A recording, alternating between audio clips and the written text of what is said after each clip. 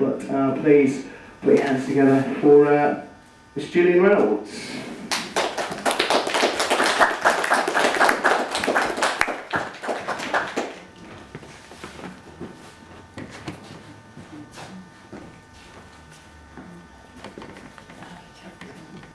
Well, I've chosen 4 poems for tonight, from the 18th to the 20th century.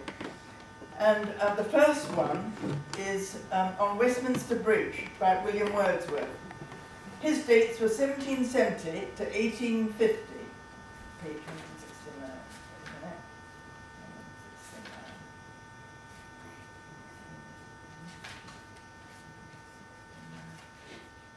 Sorry.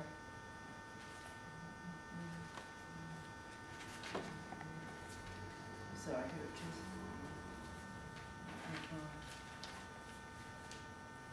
But earth has not anything to show more fair. Down would he be of soul who could pass by a sight so touching in his majesty. This city now doth like a garment wear the beauty of the morning, silent, bare. Ships, towers, domes, theatres, and temples lie open unto the fields, unto the sky, all bright and glittering in the smokeless air. Never did sun more beautifully steep in his first splendour, valley, rock, or hill. Ne'er saw I, never felt a calm so deep. The river glided at his own sweet will. Dear God, the very houses seem asleep, and all this mighty heart is lying still. That one.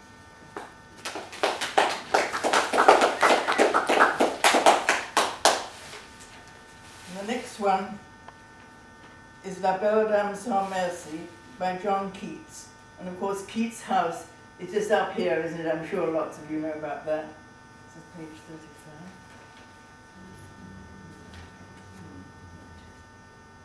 35. La Belle Dame Sans Merci. Oh, what can ail thee, night at harms, alone and palely loitering? The sedge is withered from the lake, and no birds sing. Oh, what can ail thee, night at arms, so haggard and so woebegone? The squirrel's granary is full, and the harvest done.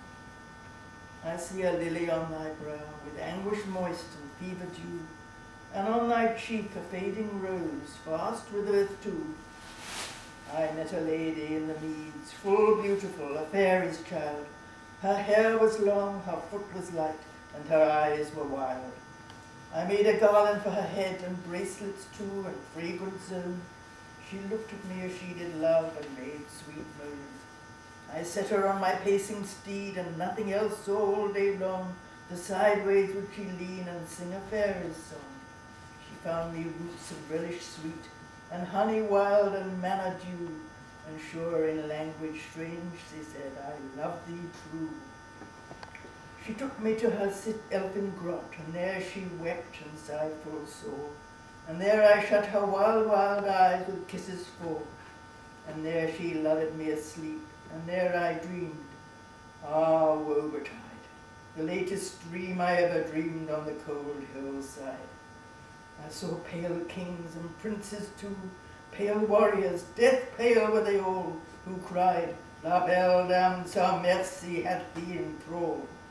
I saw their starved lips in the gloom, with horrid warning gaped wide, and I awoke and found me here on the cold hillside.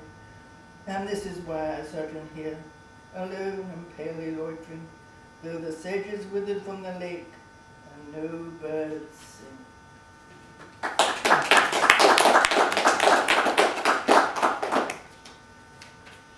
And the next one is The Listeners by Walter de la Mare.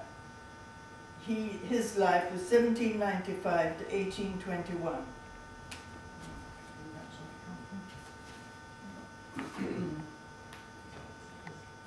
Is there anybody there, said the traveller, knocking on the moonlit door, and his horse in the silence champed the grasses of the forest's ferny floor. And a bird flew up out of the turret above the traveller's head. Is there anybody there, said the traveller. But no one descended to the traveller. No head from the leaf-fringed sill leaned over and looked into his grey eyes, where he stood perplexed and still. But only a host of phantom listeners that dwelt in the lone house then stood listening in the faint of the moonlight to that voice from the world of men, stood thronging the faint moonbeams that go down to the empty hall, hearkening in an air stirred and shaken by the lonely traveller's call. And he felt in his heart their strangeness, their stillness answering his cry, while his horse moved, cropping the dark turf neath the starred and leafy sky.